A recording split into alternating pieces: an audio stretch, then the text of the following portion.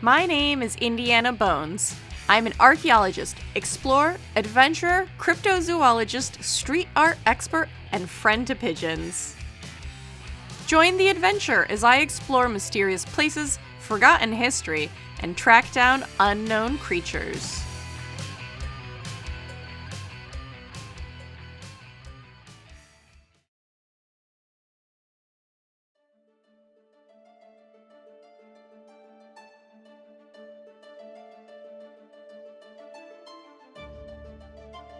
When I arrived in San Francisco, I decided to take in the landscape by exploring the city. I took a walk down Jack Kerouac Street, looked out over Alcatraz, rode on a trolley, and took a little time for a slide. Before I went out in the wild, I would need to check in with the local experts and get a lay of the land. For that, I headed to Felton, California for the Bigfoot Discovery Museum. Opened in 2005 by Mike Rugg, the museum offers a collection of hard Bigfoot evidence mixed with life-size dioramas and examples of Sasquatch in popular culture. California is where the Bigfoot craze began. A construction worker named Jerry Cruz cast a track in 1958 that looked like a man's bare foot, but twice the size. A few miles away, and 10 years later, Roger Patterson filmed what he claimed to be an ape, retreating on two legs across a creek bed into the bush. This is where my map was leading. Tracks are currently the most solid physical evidence of Bigfoot's existence. Some casts have been so clear as to display impressions of a primate's dermal ridges.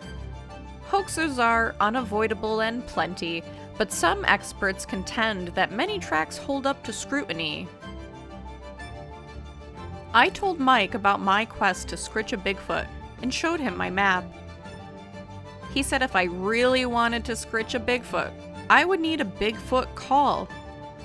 The museum gift shop was all out of those, but it did have some of Mike's original artwork, so I bought that instead. Continuing north, I found myself on the Avenue of Giants. These were the true elders of the American continent. Trees so big 2 people could not reach around with 4 arms. I found one hollow stump so large it had served as a home back in pre-Columbian times. The forest was indeed thick, but evidence of regular human activity going back many years was all around me. Here on the side of Route 101 in the shade of the Humboldt Redwood Forest was the Legend of Bigfoot souvenir shop. I picked up a field identification guide in the shop, but there were no Bigfoot calls here either.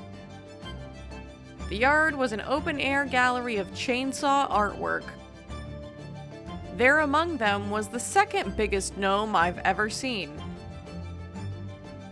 According to the gnome, there hadn't been any Bigfoot calls at the shop in some time. If I wanted to get one, I would need to find the world's largest rubber chicken. That was in Seattle. Now this truly was a deviation. According to my Sasquatch map, I had to turn right at Eureka and head inland, into the mountains where the apes live.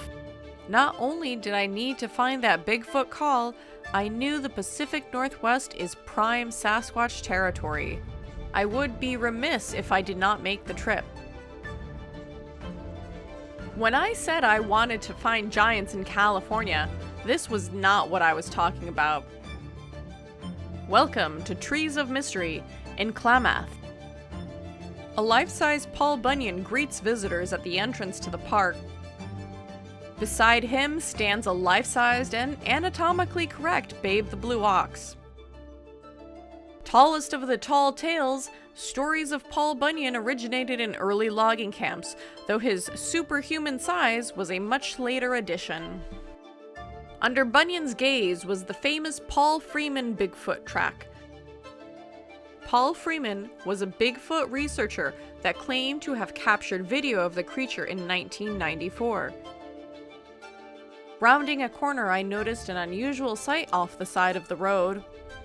This was followed by an ominous sign. Then came the majestic view of a golden field full of elk. Long ago, a dairy farm had filled this lot with a non-native grass species. No trace of the farm remains except for this field of grass that is a delicacy to the Roosevelt elk. Hugging an elk seemed like a bad idea, so I continued on.